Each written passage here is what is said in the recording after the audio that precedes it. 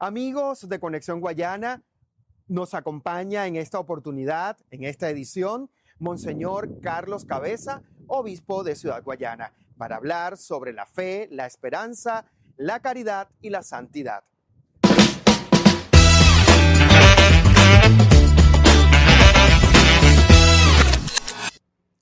Hoy en Conexión Guayana tenemos el honor de recibir a un pastor que con su palabra, ejemplo y entrega guía con firmeza espiritual a nuestra comunidad. Un hombre de fe que nos invita a mirar a Cristo como el verdadero camino hacia la santidad. Nos acompaña Monseñor Carlos Cabeza, obispo de la diócesis de Ciudad Guayana, en un momento profundamente significativo para la Iglesia venezolana, la reciente canonización de la Madre Carmen Rendiles y del doctor José Gregorio Hernández. Dos testimonios de amor y servicio que llenan de orgullo y esperanza al pueblo de Dios. Bienvenido, Monseñor, es un privilegio tenerlo en Conexión Guayana. El privilegio es mío, agradecido por la invitación, por esta oportunidad que me brindan de llegar a tu audiencia y de compartir con usted y con los que nos siguen a través pues, de los distintos medios esta entrevista y este momento tan importante y significativo para todos nosotros. Así es. Monseñor, ¿cómo define usted el llamado a la santidad dentro de la vida cotidiana de los cristianos? Bien, es un tema muy interesante, ¿no? Porque en realidad el llamado a la santidad no es otra cosa sino hacer la voluntad de Dios.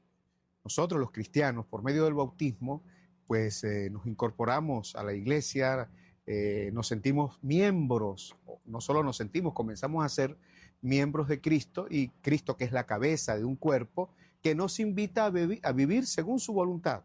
Ahí está la historia de Jesús, la vida de Jesús, las enseñanzas de Jesús, los mandamientos que vienen también de su palabra para vivir la vida, el periodo que nos corresponde desde nuestro nacimiento hasta nuestro encuentro con el Salvador, con el Señor, hasta el último suspiro de nuestras vidas terrenales, que sabemos nosotros, nuestra vida no termina con la muerte, pero ese espacio es el propicio para buscar la santidad. Como repito, no es otra cosa sino hacer la voluntad de Dios en nuestras vidas. ¿Qué significa para la Iglesia acompañar al creyente en ese camino de crecimiento espiritual? Bueno, es la misión que le encomienda el Señor a la Iglesia, acompañar al bautizado, acompañar al creyente en su vida de fe desde el inicio, porque qué interesante es la vida de la fe de las personas, que comienza como comienza todo en la vida, de a poquito. Un niño, la fe de un niño, uno tiene la posibilidad de vivirla, pues bueno, las familias que conoce, uno comienza desde niño a conocer a Dios, a aprender de Dios, a vivir, por supuesto, con la enseñanza, con el acompañamiento de la iglesia, que en el caso del niño son sus padres, su madre, su familia, sus abuelos, las personas más cercanas. Y allí comienza una interacción con Dios desde que, creo yo, tengamos uso de razón, ¿no? Al menos así uno lo experimenta en su propia vida. Entonces, la misión de la iglesia es acompañar, y lo va acompañando al hombre de fe, a la mujer de fe, a lo largo de su vida, en sus distintos periodos de vida, ¿no? Porque la fe, aunque es una cuestión individual de cada uno, pero se vive en comunión, se vive en comunidad, comenzando desde la familia, luego pues el resto, la comunidad a la cual pertenece, su trabajo, su escuela, su entorno, sus vecinos, ¿no? Y cada uno como iglesia pues tiene la responsabilidad de acompañar al otro en el camino y además sentirse acompañado. Claro, y me parece interesante lo que dice, porque es fundamental el trabajo que se hace desde la familia. O sea, cómo la iglesia, a través de su trabajo pastoral, puede evangelizar esa célula fundamental de la sociedad, que es la familia, y que desde allí comienza esa semilla de fe a germinar en esos integrantes de ese núcleo familiar, pues, que a la final van a ser multiplicadores. Claro. Y como hay un concepto muy bonito en la iglesia, la familia es la iglesia doméstica. O sea, el primer encuentro del individuo, que es en su familia, y lo que no se aprende allí en la familia es muy difícil adquirirlo en el resto pues, de la vida del ser humano. O sea, lo que se siembra, bueno, aquí estamos en un entorno hermoso, lo que se siembra nace y crece. Puede, por supuesto, morir también, pero si se alimenta, pues crece. Lo que no se siembra, absolutamente no puede crecer. Y la fe es un elemento que lo recibimos inicial, la podemos adquirir en el transcurso de nuestra vida, pero aquello que se adquiere en el seno de la familia es para toda la vida. Y tiene más fortaleza. Y tiene más fortaleza. Tiene raíces, claro. Tiene raíces. Desde su experiencia pastoral, Monseñor, ¿cuáles son hoy los mayores retos para vivir la fe en medio de una sociedad tan cambiante? Interesante la pregunta, ¿no? Usted me habla de mi experiencia, yo tengo ya 35 años de vida sacerdotal y es verdad, vivimos un tiempo muy especial, particular, donde pareciera que la presencia de Dios, digo, en el mundo, en el entorno en que nos movemos, no es importante, no es significativa. Utilizo la palabra pareciera porque en realidad no lo es. O sea, sigue siendo, sigue estando allí. Y los retos mayores es vencer esos obstáculos que la sociedad moderna le pone a la fe. Siempre la ha tenido en distintos momentos y circunstancias. Pero hoy día pareciera, bueno, aquel concepto de un famoso filósofo alemán, Friedrich Nietzsche, que lastimosamente decía Dios ha muerto, lo que también se ha llamado el ateísmo práctico, o sea, no ir en contra de la existencia o no de Dios, sino simplemente vivir como si Dios no existiera. Yo creo que ese es el principal reto de la iglesia y para la fe en este momento histórico, que el mundo, por lo que Nietzsche hablaba del superhombre, el hombre de hoy se cree Dios, que ese es digamos, uno de los errores grosos que comete la humanidad en poner pues la humanidad por encima de la divinidad, ¿no? Y peor aún, ni siquiera tener conciencia de ello. Un mundo pues que lastimosamente camina así, la fuerza del hombre, la imposición de lo que el hombre piensa. Lo comentábamos ahora fuera de cámara, por ejemplo, con esto de la inteligencia artificial, ¿no? Creo que es el principal reto para la fe en este momento, según mi experiencia pastoral. Claro, entonces, de acuerdo a lo que me está planteando, considera que la iglesia tiene que reinventarse o, mejor dicho, buscar maneras para poder contrarrestar, ¿verdad? Digamos, esos latigazos. Yo diría proponer nuevas maneras, porque no es solo un enfrentamiento contra la humanidad, sino proponer, por eso le toca siempre reinventarse. Y bueno, y fíjate, la iglesia es madre y maestra, porque son 20 siglos. Dime tú un imperio que haya durado, por fuerte que han sido, el imperio otomano, el imperio romano, etcétera. Ninguno tiene, la iglesia son 21 siglos ya. Bueno, entendemos nosotros porque no es obra nuestra, es obra de Dios. Y ahí se mantiene luchando, pero siempre con métodos nuevos, aunque la fe es siempre la misma.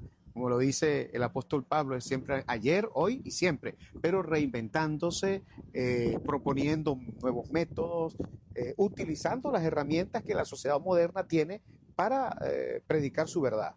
Y es el mismo Espíritu Santo el que va, digamos, iluminando esas mentes y esas capacidades que tiene el ser humano como para decir, bueno, es por aquí, es esa mano amiga, es ese guía que te dice, podemos desarrollar esto de esta manera. Y sin duda es el que guía, ¿no? El Espíritu Santo es como el oxígeno. Uno no lo ve, no lo siente, no lo toca, pero sin él, cuando falta, se da cuenta de que cuando nos falta el oxígeno, de que es importante para la vida. El Espíritu Santo es el que guía a la iglesia. Hay de nosotros, y fíjense, las veces que yo puedo decirlo con toda naturalidad también, la humanidad prevalece. Cada vez que la humanidad prevalece, nos equivocamos, ¿no? Hay que dejar que el Espíritu haga lo suyo, y lo hace.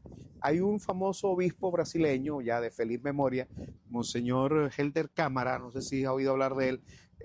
Perdón, no es Helder Câmara, es Monseñor Casaldáliga, español, pero que vivió en Brasil, fue obispo en Brasil. Casaldáliga tenía una frase que a mí me impactó muchísimo, que decía, bueno, el Espíritu Santo es una paloma desplumada.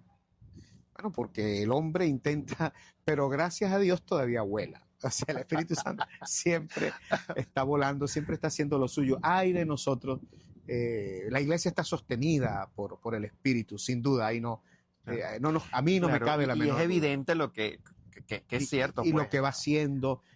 Fíjense, ahora hablaremos un poco del camino de la santidad. Correcto. ¿Cuándo sucede, para que sea como un anticipo de lo que hablaremos Correcto. luego? Sucede en el momento propicio que tiene que suceder, ni antes y después. Así Entonces, es. todo es obra del Espíritu. Así es. Monseñor, ¿cómo puede la Iglesia ayudar a formar ciudadanos que vivan los valores del Evangelio en su trabajo, familia y comunidad? ¿Cuál es el papel realmente de la Iglesia digamos, en ese espacio? Que tiene, claro.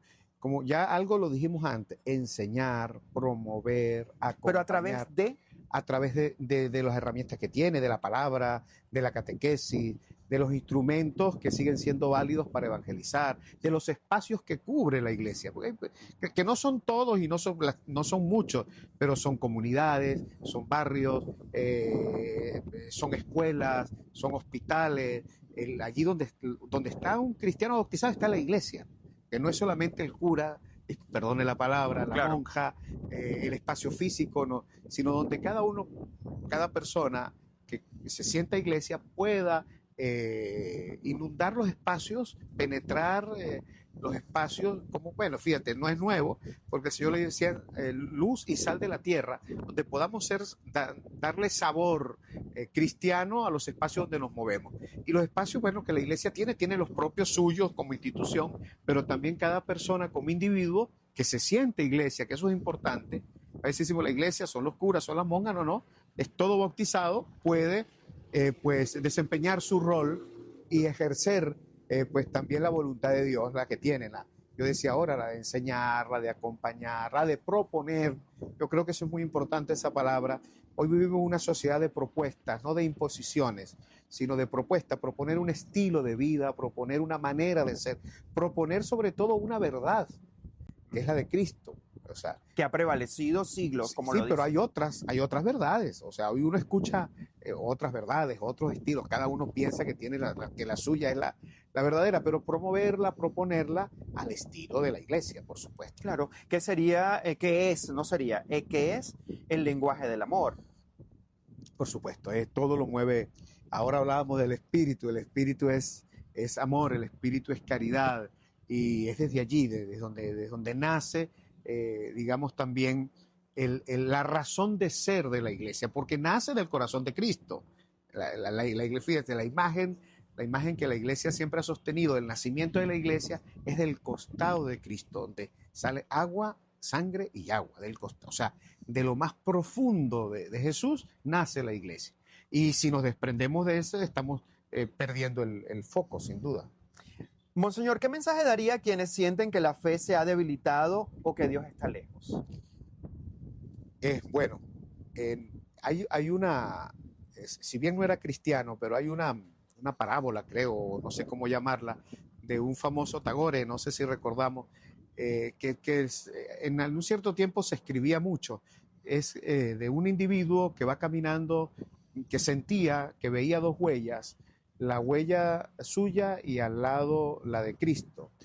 Y entonces en los momentos difíciles de mi vida yo veía una sola huella, no sé si recuerda esa famosa. Claro. Entonces, huellas en la arena. Huellas en la arena. El Señor le dice, es que las huellas no eran las tuyas, eran las mías, yo te llevaba cargado, ¿no?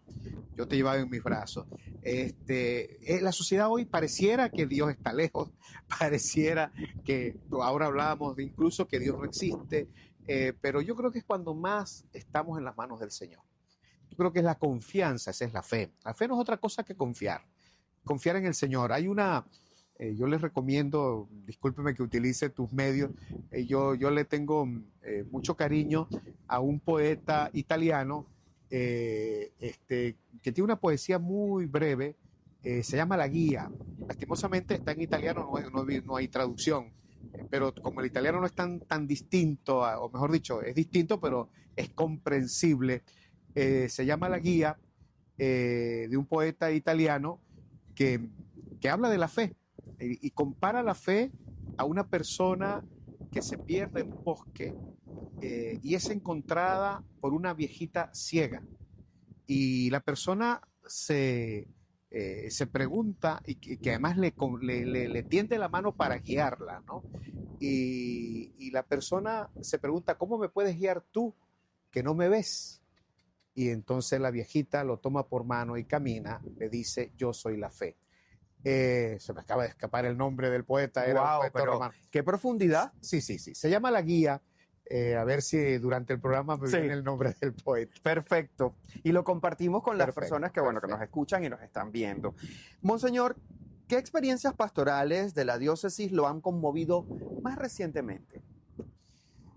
Wow, agradezco la pregunta, porque son muchas las experiencias, de verdad bellas, bonitas. El Señor me ha brindado la oportunidad de, de caminar esta diócesis que es extensa, son 53.486 kilómetros cuadrados, casi 54.000. Pero le debo decir, porque tengo que responder a la pregunta, Claro. con toda la experiencia más bonita es ver la sencillez y la humildad de las comunidades indígenas, de los pemones, de nuestra iglesia diocesana. Yo he tenido la oportunidad, quise hacerlo desde que inicié, conocer las comunidades indígenas y cómo la vivencia de una fe humilde, sencilla, genuina, práctica, digamos que es lo que más me ha conmovido. Si tengo que escoger una, es esa. Claro. Eso me imagino que lo lleva a un punto de decir, wow, en la sencillez, ¿cómo se ve reflejado el Espíritu de Dios en esta gente que con sus cosechas, con su manera tan sencilla de vivir, cero complicada, tienen una vida feliz? O sea, entonces la felicidad no radica en tener. No, absolutamente. Y lo elemental de la vida, una de las cosas que he palpado allí en las comunidades indígenas, ¿qué necesitamos? Un techo para no mojarnos, nada más. Un chinchorro para descansar, pero ni paredes en las casas, o pocas, mejor dicho. Ahora ya hay casas más al estilo, llamamos occidental, pero el indígena sigue teniendo ese concepto de sencillez. La categoría del tiempo no limita, a nosotros nos cuestiona ya, nosotros no, el ajetreo del día a día. Yo no sé si exista la palabra estrés en la cultura, creo que no, en la cultura indígena. Pemona. En la primera, No creo. En la lengua pemona, no. Yo tuve la oportunidad de vivir varios años en la selva, en el Alto Orinoco, y de verdad que ellos no conocen. O sea, no, ellos viven muy relacionados con su naturaleza, pues es obvio, es su medio donde nacen, crecen, se desarrollan, y para ellos la naturaleza, desde mi experiencia que estuve allí conviviendo, es lo fundamental, es su madre, es la madre naturaleza, no es de la boca hacia afuera, o sea, es que lo sienten, los ven, la madre naturaleza le ofrece todo, crecen en ese ambiente de verdor, de vida, de agua, de respiro, de olor a selva. Sí, y el sentido de lo comunitario, que esa es otra cosa, nada hay de uno personal, o sea, pocas cosas son suyas, personal es de la comunidad, ese es otro elemento que a mí me impactó muchísimo, bueno, y viniendo del occidente del país, bueno, pero bueno, respondiendo a su pregunta, claro, creo que es la vida, la vida de los pemones, de las comunidades. lo que más me ha impactado. Qué bueno. ¿De qué manera la iglesia en Guayana está respondiendo a los desafíos sociales y humanos actuales?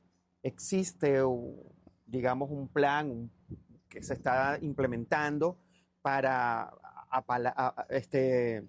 ir como que ayudando a esas comunidades que se encuentran también, bueno, desprovistas tanto de cosas materiales como espirituales? Sí, claro. Sí, porque es natural, o sea, hay también que recurrir a las necesidades de cada día. Nosotros en nuestra iglesia diocesana tenemos, por ejemplo, nuestra Cáritas diocesana y las Cáritas parroquiales que están funcionando bastante bien. Quizás el espacio es limitado, pues por las mismas condiciones que vivimos como país también, y la iglesia pues no está excluida de ello. Las limitaciones pues que Claro, como sociedad en estos momentos tenemos, pero bueno, por ejemplo, tenemos establecidas en casi todas las parroquias las Cáritas parroquiales y la Cáritas diocesana. La Cáritas es digamos, el brazo, valga la redundancia, caritativo de la iglesia, que es muy fuerte. digamos, una institución a nivel eclesial, mundial y nacional, diocesano y parroquial.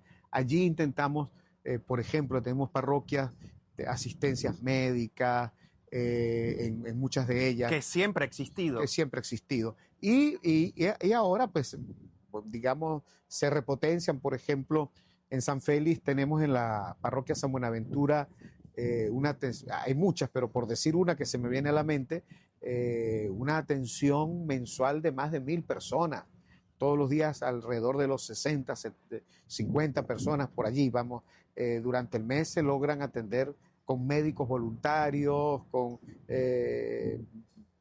posibilidades para de odontología, alimentación, medicina. Digamos que es la que se me viene ahora, pero tenemos... Claro, hay muchas. Hay muchas en las parroquias, los comedores parroquiales en algunas parroquias, sobre todo en las comunidades más vulnerables. Todas las parroquias tienen la Cáritas y en algunas es más fuerte, ¿no? Hay parroquias que tienen 4 o 5 comedores e incluso asociaciones por ejemplo, hay una que se llama Me Diste de Comer, que vamos muy de la mano, si es una asociación civil, pero va muy de la mano de la iglesia, y que se le da de comer a las personas todos los días. Bueno, en lo que podamos, no siempre se llega a todos, pero yo estoy contento porque... Pero los objetivos siempre se logran. Que siempre se logran. Por ejemplo, con la Cáritas Nacional tenemos el proyecto Samán, que es en algunas comunidades muy vulnerables de la diócesis, llevando adelante los niños en situación de desnutrición. Y hay, por ejemplo, una asociación estamos en Tumeremo, tenemos con una ONG de la OIE, ¿cómo se llama esta? La de los migrantes, de atención primaria a los migrantes. Está funcionando allí, nos va muy bien con ellos, o sea, porque es de la mano, en colaboración con esta asociación, la parroquia y la diócesis atiende en momentos específicos. Por ejemplo, estamos desde las 5 de la tarde a las 10 de la noche atendiendo a las personas que pasan por allí, bien sea que salgan o entren al país. A la atención primaria, como un café, un pañal para un niño, claro. Bueno, también agua, ese tipo de cosas. Monseñor, ¿qué llamado haría la comunidad guayanesa para seguir caminando juntos en la fe y en el amor cristiano? No olvidarnos que yo ahora nos hablábamos de esa dimensión del hombre, que no es solamente una dimensión horizontal, sino vertical. No olvidarnos que no podemos desprendernos de ese hilo conductor que es nuestra relación con Dios. Independientemente del credo que profese, porque vivimos una sociedad libre, donde cada uno pues, se encuentra con su propio Dios, que en definitiva sigue siendo el único y el mismo, expresado de diversas maneras. De no perder esa conexión. Bueno, gracias a Dios el venezolano la tiene muy viva, muy viva. Es una de las cosas que impacta a quien viene de fuera. Hay que ver cómo en otras latitudes, sobre todo en los países que llamamos nosotros más desarrollados, digamos, donde esa dimensión se ha perdido, y creo que es el defecto de la sociedad del mundo de hoy. Venezuela no.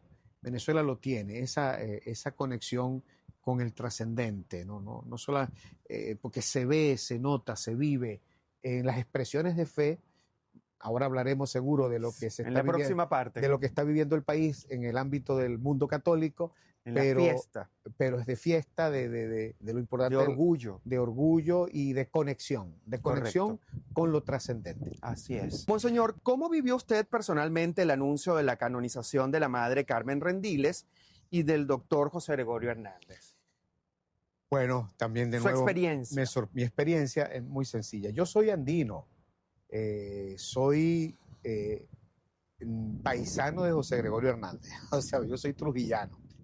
Y de verdad que desde niño creció escuchándolo, viviéndolo, sintiéndolo, y lo que yo era la gran expectativa de siempre es ver a José Gregorio en los altares, ¿no? Crecí con aquella estampita chiquita de siervo de Dios que nos daban, que teníamos en todos lados, y la oración por su pronta canonización, que rezamos por mucho tiempo, ¿no? Y lógicamente llegó el momento. De verdad, cuando lo anunció el Papa Francisco, en lo personal me emocioné muchísimo, muchísimo. Y luego la Madre Carmen, perdóneme la frase que voy a utilizar, pero se la dije a un periodista amigo en estos días, bueno, el Señor es tan grande y tan bondadoso que nos trajo, nos regaló a José Gregorio con ñapa.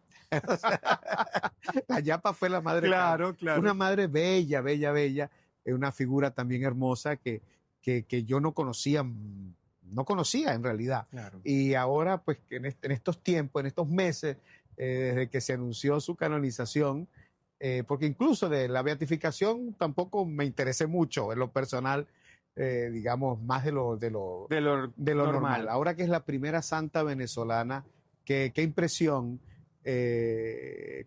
conocer esta vida tan sencilla, pero tan rica a la vez de este personaje como es la Madre Carmen. Monseñor, ¿qué representa para Venezuela tener ya santos oficialmente reconocidos por la Iglesia? Eso tiene que tener, eso debe ser algo que mueva, o sea. Sin duda, y son los primeros, porque los primeros de muchos más que vendrán. Nosotros también tenemos dos beatas más, la Madre María de San José y la Madre Candelaria, que además fueron primero beatificadas. Lo explico rápidamente. La beatificación es una persona que puede ser venerada en un determinado territorio. El caso nuestro, Venezuela. No es para toda la Iglesia. La canonización sí es para toda la Iglesia. O sea, ya José Gregorio y la Madre Carmen pueden ser veneradas y reconocidas en toda la Iglesia universal. Se pueden construir templos en su nombre o bajo su protección, quiero decir. Se propone como santos para toda la Iglesia. La beatificación es para una iglesia particular, una provincia, sobre todo ahorita es para una nación, ¿no? Esa es la diferencia. En realidad, cuando ya se beatifica a una persona es que ya se reconocen sus virtudes heroicas y se ha comprobado un milagro por su intercesión. O sea, hay que comprobarse que eso fue lo que duró mucho tiempo con José Gregorio. Muchos milagros fueron rechazados porque es muy rígido el estudio de la comprobación de un milagro. Los milagros los hace solo Dios, pero Correcto. por la intercesión de uno de los nuestros, porque hemos acudido a uno de los nuestros, en este caso, pues el doctor José Gregorio Hernández, la madre o el santo que queramos, y atribuimos a esa intercesión la sanación, el milagro. Los mártires no lo necesitan, ningún milagro, o sea, la Iglesia los puede proclamar mártires, bueno, porque han dado testimonio de su fe con su propia sangre, ¿no? Y bueno, ¿qué significan para nosotros? Imagínense una iglesia que tiene muchos siglos. Fíjate, la iglesia peruana acabamos de celebrar la fiesta de San Martín de Porres, una vida bellísima también, y Santa Rosa de Lima, comenzando el proceso de evangelización en América. En Venezuela hemos tenido que esperar 5 siglos, 6 siglos, lo que sea, desde el inicio de la colonización hasta este momento para tener nuestros 2 primeros santos, que son la semilla. Ojo, ya José Gregorio pues tenía una devoción, yo creo que esta figura es única en el país y no sé si en la iglesia, porque como lo de la canonización, que es un requisito de la iglesia, vino, digamos, como la coronilla, como la guinda del pastel, Claro. pero ya venerado en todo un país, ¿no? En la extensión, en los 912.000 no sé cuántos kilómetros que tiene Venezuela, pues venerado, y no solo, porque además fuera, en las Antillas, en Colombia, Ecuador, claro, en las Antillas. Y bueno, una vida tan hermosa, tan bonita, desde todo punto de vista, ¿no? No solo por la vida que llevó de ascesis, la vida de fe, un hombre radical, pero a la vez el intelectual, el científico, pero el amigo, el que supo conjugar en su vida la ciencia y la fe, incluso en debates tan tremendos, compañeros suyos de universidad, como Racetti, por ejemplo. Era una cosa como contradictoria. Aparentemente en esa época, no era una lucha. Él conjuga esos 2 mundos o 3 mundos, o lo que sea, pues lo que podamos llamar, porque además un hombre discúlpeme la palabra que voy a utilizar, pero de sociedad, vivía... Elitesco. ¿O no es la palabra? No, de sociedad porque se movía con todos. Sí. Desde el presidente de la República, hay una anécdota con José Gregorio muy interesante, no sé si me permite contarla. Claro, por supuesto. El hermano del general Gómez se enfermó y lo visitó el doctor José Gregorio Hernández. El hermano mejoró de su enfermedad, no recuerdo ahora cuál era, y el general Gómez, en gratitud por haber atendido a su hermano, le pidió, le dijo que qué necesitaba, él dijo que no, nada, y le mandó 20 bolívares. Y él le regresó 15, porque la consulta costaba 5. Dijo, no, eso es lo que cuesta. Claro. El general Gómez se molestó muchísimo porque lo vio como un... Dijo, no, lo que cuesta son 5. O sea, lo trató tan igual como trataba a otros. Ahora recuerden, por ejemplo, que él utilizaba el que pagaba los 5 bolívares, lo justo, claro, lo que era, el que podía, y el que no, pues no pagaba nada. Y a quien él podía pagarle la medicina, por eso lo llamaron el médico. Claro. Ahora, monseñor, ¿por qué cree que él conectó tanto con el pueblo? ¿Por qué José Gregorio conectó con la gente sencilla? ¿Qué fue lo que lo hizo? Mire, usted me hace preguntas muy buenas, porque sí, es una pregunta interesante. Yo pienso, desde mi conocimiento de su integridad de vida, un hombre íntegro. Lo fue en todos los momentos. Cuentan, por ejemplo, en su ida a Mérida, desde Trujillo a Mérida, que hay que pasar un páramo, y los páramos de su entonces eran duros, rudos, moría la gente incluso atravesando un páramo. Cuentan que por allá, en un diciembre, estaba en Valera, cerquita de Isnotú, y lo invitaron a una fiesta y bailó toda la noche, bailó toda la noche. Y además tocó, porque tocaba el violín, tocaba el piano, tocó el piano y la gente bailó con su música. Y el día siguiente siguió hacia Timote, eran por la fiesta, pero dicen que a la mitad de la noche se ausentó un poquito, no se encontró y simplemente se fue a orar a esa hora, ¿no?, de la noche, y después siguió su baile, íntegro, un hombre que le gustaba además el baile, hasta un momento de su vida, después bajó, pero un hombre que no se apartó de sus principios, ¿no?, de su fe cristiana, su integridad. Creo que era el mismo con el presidente que con el último. Recuerden que el accidente que tuvo, él iba a llevarle a un niño la medicina, a un enfermo. Había comprado las medicinas para llevársela al enfermo, él mismo se las llevaba. No solamente le hacía la receta, vaya y búsquela, sino que, entonces fíjense, se sabía mover, pero ¿qué hacía eso? ¿Qué hizo de extraordinario?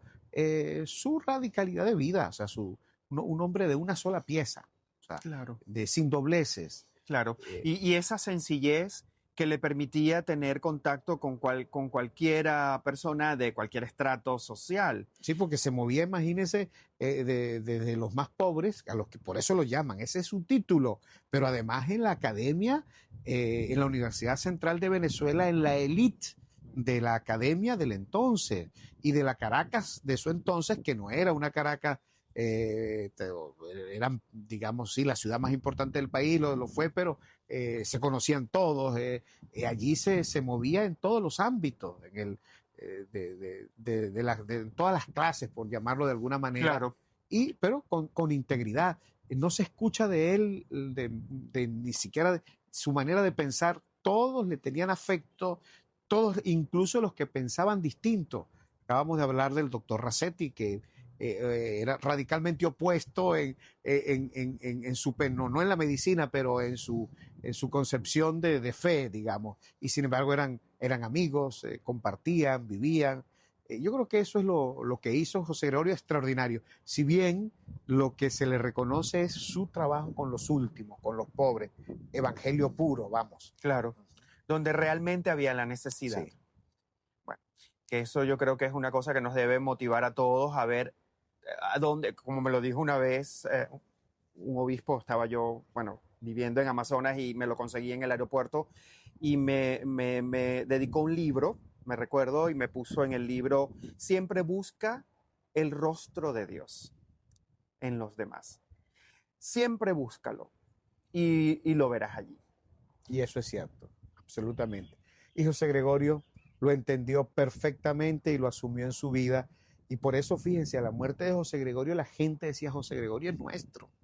Y en el mismo sepelio, que fue apoteósico, toda Caracas, la sociedad caraqueña en todos sus extractos, ahí estaban los pobres, ¿no? Hay un dibujo de un pintor, ahora no recuerdo, que fue el que hizo las pinturas en Ignotú, que toma la fotografía, porque hay una fotografía del sepelio, pero en la fotografía no aparece la clase de los pobres, y él los dibujó allí, dos personitas, eso en el museo que está en Ignotú, qué detalle tan bonito, Claro. porque allí estaban los pobres también, llorando pues la muerte de José Gregorio, que murió a los 54 años, pues Joven. muy joven. Muy joven. Monseñor, ¿cómo la canonización de la Madre Carmen Rendiles reafirma el papel de la vida consagrada y el valor del servicio silencioso? Eso también es importante, porque pasamos de la vida de un laico muy comprometido con el prójimo a una hermana, Una religiosa. una religiosa, consagrada también al trabajo pastoral, a la ayuda al necesitado, y dos figuras tan importantes, ¿no? Pero con un común denominador. Por supuesto, personas de fe que vivieron en su vida, en la entrega de su vida a los demás, especialmente a los últimos, a los pobres, pues el tiempo que el Señor les concedió vivir. La madre creo que murió a los 74, 75 años, después de un accidente, fíjense, un común denominador. Claro. Ella un accidente y a los últimos 5 años de su vida, si no recuerdo mal, tuvo un accidente de tránsito y los pasó en una silla de ruedas. Común denominador, porque fue un accidente de tránsito. Si bien no fue a José Gregorio, él no muere por el impacto del vehículo, sino al caer y con el golpe que se da con la acera de la calle. Oye, Sí, no sabía sí, eso. fue el golpe que le dio en la cabeza y murió. Pero es un común denominador. Los santos siempre tienen, todos creo yo, elementos comunes. Por supuesto, gente de fe, de Eucaristía diaria, de devoción a la Virgen, los santos, digamos, de una fe muy profunda, muy vivida, pero también de ver, como la palabra que usted utilizó antes, de ver el rostro del Señor en los demás, en los otros. Bueno, esta mujer educadora, además su congregación dedicó la vida a los seminarios, a atender a los futuros sacerdotes, que muchas congregaciones ahora han cambiado un poco, pero muchas tenían ese servicio tan bonito, que era lavar la ropa de los seminaristas, que era hacer comer, que era la Sus limpieza. madres, como unas madres, Como las madres. Yo las tuve en como unas tutoras, como... yo tuve una congregación, la hermanita de los pobres, por cierto, de Maiquetía, fueron las de mi seminario, y eso fueron madres, y claro, después, ahora han tomado, pero siempre con los últimos, siempre en el servicio, quizás esa es la palabra más correcta. La Madre Carmen también, hasta el último suspiro de su vida, en el servicio a los demás, ¿no?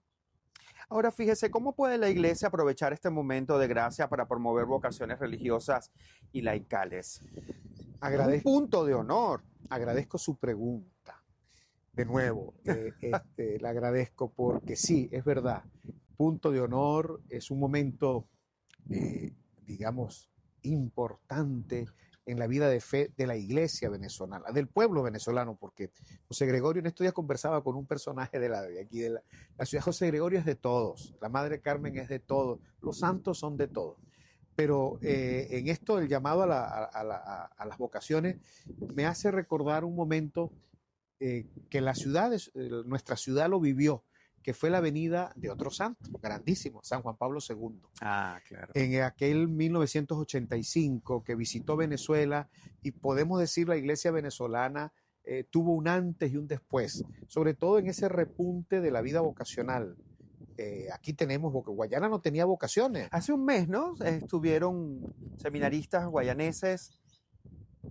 ¿Leí algo o estoy equivocado? Sí, lo tenemos ahorita 15 seminaristas, Ah. están en el Buen Pastor, que tú conoces muy bien. Claro.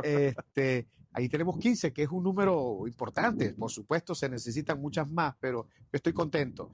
Pero este es un momento no solo para el crecimiento, que fíjese un detalle, en los últimos años venía disminuyendo mucho los jóvenes en los seminarios, disminuyendo no mucho, pero los seminaristas ahora rondan en torno a los 700 seminaristas venezolanos en los 23 seminarios que tiene el país. Pero había llegado a 600, está subiendo de nuevo. Y yo estoy seguro que la canonización, bueno, por lo que hablábamos en el segmento anterior, el Espíritu Santo actúa, Claro. pero este momento que vive la fe, además uno lo siente. Es estelar. Es un momento privilegiado, un momento estelar, es un punto, digamos, fuerte en la vida de la iglesia, para bien, por supuesto, nos va a dar muchos frutos. Seguro, yo estoy completamente seguro. Fíjense, nosotros celebramos aquí en Guayana, en el santuario del doctor José Gregorio Hernández, que aprovecho, está en la parroquia San Buenaventura. Ahí tenemos la reliquia, que es un pedacito de hueso del doctor José Gregorio Hernández. ¿Ese está ubicado en el Roble? En el Roble. Ahí estuvimos una vigilia bellísima, toda una noche.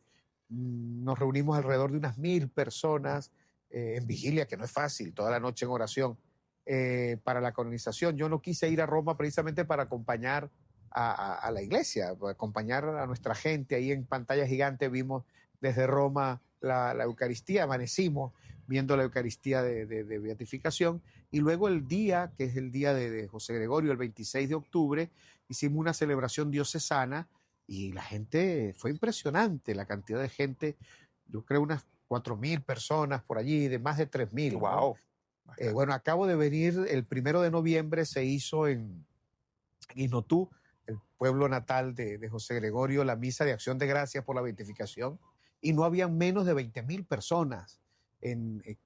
Perdóneme la expresión, pero Inotú sigue siendo un cuchitril, son claro. 3 callecitas pequeñitos, y es impresionante, abarrotado de fieles caminando. Ahora es un punto de peregrinación, claro, con más fuerza. Sí, lo fue. Siempre lo ha sido, ahora con mayor fuerza. Con mayor fuerza. Bueno, que es muy particular, porque fíjense, el lugar donde están los restos del doctor José Gregorio Hernández y ahora también de la Madre Carmen es Caracas. Es Caracas. Bueno, Caracas tiene ahora 2 puntos de peregrinación, que es la Candelaria y el Colegio Belén, que fue donado por la familia de la madre para una institución educativa, pues serán puntos de peregrinación, ¿verdad? Claro. Yo tengo hay que hacerlo, yo no lo he hecho todavía, ir allí a ese lugar, pero tenía que ir a Inotú. Como bien lo dijo Monseñor José de la Trinidad, el obispo de Trujillo, me gustó muchísimo en su reflexión, paragonando, haciendo la comparación entre Inotú y la palabra de Dios. Hay una frase que dice, la cosa comenzó en Galilea. Él dice, la cosa comenzó en Inotú. O sea, la cosa de José Gregorio comenzó en Inotú. No, y duró mucho tiempo para que pudiera la iglesia pues darle su corona, como dice usted. Esa es la cereza de la torta o del pastel. De hecho, el santuario era al niño Jesús, porque José Gregorio fue muy devoto. Hay una imagen pequeñita, bellísima, que está allí en ese santuario, de que perteneció al doctor José Gregorio Hernández, a San José Gregorio Hernández, y por eso fue la vuelta, porque no se podía decir, del santuario, la vuelta se construía en una iglesia pequeña, no es muy grande, el santuario al niño Jesús del doctor José Gregorio Hernández, buscándole la vuelta. Ahora claro. Sí, es el santuario, bueno, sigue siendo el santuario del niño Jesús, claro, del doctor San José Gregorio Hernández. Exactamente. ¿Qué papel juega la devoción popular en el reconocimiento de la santidad de nuestros beatos y santos? Es primordial, porque allí se gesta todo. La fe, la devoción. La devoción es un elemento en la vida del cristiano y del católico que es un elemento, porque la devoción es un sentimiento. No sé si sea esa la palabra correcta, pero es una conexión, ¿verdad? ¿Por qué somos devotos? Porque la Virgen es una sola para nosotros, claro, la Madre de Jesús, claro, es una sola, pero tiene cualquier cantidad de advocaciones. ¿Cuál es la que me gusta más? Por alguna razón, ¿verdad? Sí, es una cuestión de conexión. De conexión, y por allí comienza. Y claro, porque no se puede quedar solo en la devoción. La fe la devoción me ayuda, es un vehículo, pero me tiene que llevar a mi conversión, a mi vivencia de la fe, ¿no? No puede quedarse solo. Y a la amistad con Cristo. Por supuesto. Ese es el punto. Y al crecimiento, pero es un vehículo. La devoción es un vehículo para el encuentro con el Señor, perdóname que lo diga por aquí, pero en el caso nuestro de la vivencia de la fe, para el encuentro con el resucitado. O sea, que cada persona está llamada a hacer, porque definitivamente es Cristo, no es José Gregorio, no es Carmen Rendiles, Correcto. ni siquiera la Virgen, es Cristo, es puente. La Virgen ahorita hay una polémica, no polémica. Sí, vi algo de la corredentora. Sí, que Si es, que no eso es. ya es una cosa que Sí. viene desde antes, Okay. pero hay razón. La Virgen es vehículo para ir a Claro. San José Gregorio es vehículo para ir a Jesús. Si no nos lleva a Jesús, perdóneme la expresión, apague y vámonos. Correcto. O sea, si me quedo en lo devocional, pero es un vehículo y el vehículo es necesario. Si tú quieres ir a Caracas, pues necesitas un buen vehículo. No, y viéndolo desde el punto de vista de cuando te presentan una amistad, tú haces el contacto, o sea, yo puedo tener la amistad con quien tú tienes deseos de conocer. Y como yo tengo más tiempo con esa persona, compartiendo íntimamente o siendo más amigo, pues te llevo hasta él. Claro. Y ya tú de manera directa, pues compartes y haces tu amistad. Exacto. Además, tú has hecho el camino. A mí me gusta esta imagen. El santo es se entiende la palabra, el vaquiano. Usted me disculpa porque yo soy ¿No está bien? el vaquiano, el que conoce el camino, que ya lo hizo. Entonces, y que lo hizo de manera extraordinaria. Entonces es el que me acompaña, que me ayuda, pero del que me puedo fiar y confiar. Claro. ¿Por qué? Porque además lo hizo de forma heroica, su camino. Entonces es un punto fuerte. Pero el camino lo tengo que hacer yo. Correcto.